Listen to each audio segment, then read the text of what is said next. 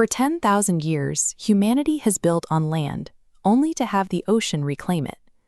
Until the last century, every instance of human habitation underwater was the result of a geological accident rather than a design choice. At Pavlopetri, a Bronze Age town sits 3 meters deep. Its rectilinear streets are still visible, proving terrestrial architecture provides no defense against rising seas. Further west, the Roman city of Baiae was lost to Bradisism, a slow volcanic sinking of the Earth's crust. It moved the coastline inward, pulling villas and imperial resorts into the Bay of Naples. Port Royal in the Caribbean, Dwarka in India, and Xichang Lake in China all share this history.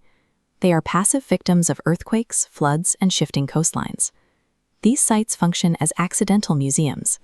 In every historical case, the ocean's relationship with human architecture has been strictly destructive, creating underwater graveyards rather than functional habitats. We are now seeing a shift toward proactive engineering, designing a city specifically for the ocean floor to bypass the vulnerabilities of the surface. Japanese engineers have proposed the Ocean Spiral, a self-sustaining habitat for 5,000 residents. The blueprint defines a vertical span of 12 kilometers, reaching from the sunlit surface down to the methanogenic microbes on the deep seafloor. Construction at this depth is governed by 2 non-negotiable physical constraints. First, the structure must neutralize the extreme hydrostatic pressure of the deep. Second, the city must achieve total closed-loop resource autonomy to survive without a terrestrial umbilical cord. Success requires more than just waterproofing. It requires a total redesign of foundational building physics to account for the unique thermodynamics of the abyss. As you descend, the environment becomes increasingly hostile. Depth is the primary variable that dictates every structural choice. Hydrostatic pressure is the compressive force exerted by the weight of the water column. This force increases linearly with depth, pushing inward on a structure from all sides. At a depth of just 1 kilometer, that pressure is 100 times greater than at the surface. Every window, seal, and door must hold back the weight of an entire ocean. If we place a standard, flat terrestrial wall at this depth, the physics of the environment will immediately find a weakness. The water exerts a perpendicular force across the entire plane. Because the wall is flat, the mechanical stress is concentrated in the center of the span. Extreme pressure exploits these flat surfaces. The material eventually reaches its limit and buckles inward, leading to a total structural collapse. To survive the deep, we cannot simply use thicker walls. We must fundamentally alter the geometry of the building to prevent localized stress points. The solution is found in the same geometric principles used to build submarine homes. By replacing flat planes with a spherical design, the structure changes how it interacts with the surrounding water. When hydrostatic pressure hits a curved surface, it can no longer concentrate its force on a single central point. The sphere distributes the load perfectly across its entire surface area. The compression is shared by every part of the hull simultaneously, neutralizing isolated stress points. This geometric rule must be applied to every component. Every viewing port and airlock hatch must maintain a curve to survive the atmospheric load. In the abyss, curvature is the only mathematical path to structural integrity. It's the only shape capable of defeating the weight of the water column. Structural survival is only half of the engineering problem. A viable city must also sustain its own life support and energy needs. Relying on a 12-kilometer power cable from the surface is a high-risk strategy. Any break in that tether would leave the city dark and without oxygen. The Ocean Spiral is designed to operate as a self-contained energy harvester, using 3 distinct thermodynamic zones to generate power. In the mid-depths, turbine nodes harvest kinetic energy directly from the constant flow of deep-sea currents. The structure also uses heat exchangers to exploit thermal gradients, generating power from the temperature difference between the surface and the deep.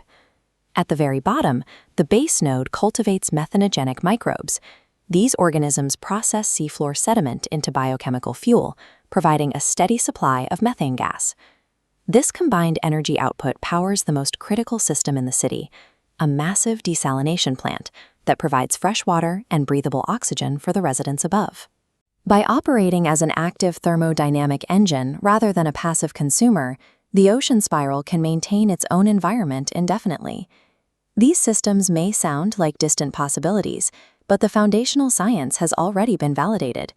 The Aquarius Reef Base is a functioning research laboratory located on the ocean floor off the coast of Florida.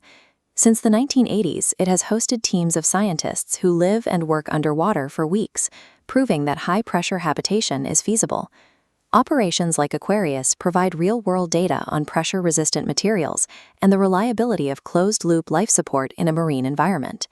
This proof of concept is supported by the luxury sector, where underwater hotel suites in Fiji and the Maldives demonstrate that the market for deep-sea spaces is already established. The engineering required for deep-sea survival is not a future goal. It is a technology that has been refined and stress-tested for over 40 years. While the engineering is incredibly complex, the ocean offers environmental advantages that are increasingly difficult to find anywhere on land. Below the surface, the volatility of the atmosphere disappears. The deep ocean is a remarkably stable environment, unaffected by surface weather patterns. In a deep-sea city, there are no hurricanes to evacuate from, no wildfires, and no variable temperatures. The physical conditions remain constant year-round. On land, nearly 40% of humanity is currently competing for space on coastal land that is increasingly threatened by rising populations. While terrestrial real estate is finite and shrinking, the ocean floor represents a volumetrically massive, untapped, and highly stable frontier for expansion. By moving into the abyss, we exchange unpredictable surface risks for a controllable, renewable baseline environment. We have solved the challenges of hydrostatic pressure, structural geometry, and closed-loop power generation. The primary barrier to constructing the ocean spiral is the massive initial capital investment required to deploy infrastructure at depth. Building an underwater city requires an upfront cost that currently exceeds the immediate financial return of building on land. It is an economic hurdle, not a technical one. This engineering effort targets the same environmental stability that hosted life for the majority of Earth's biological history. In a sense, every city we have built on land is a temporary arrangement compared to the stability of the ocean. The ancient ruins at Pavlopetri and the designs for the ocean spiral are both trying to solve the same problem: how to survive in a world dominated by water. The engineering hurdles have been cleared. Our ability to inhabit the deep ocean is no longer limited by what we can build, but by when we choose to invest in the next frontier.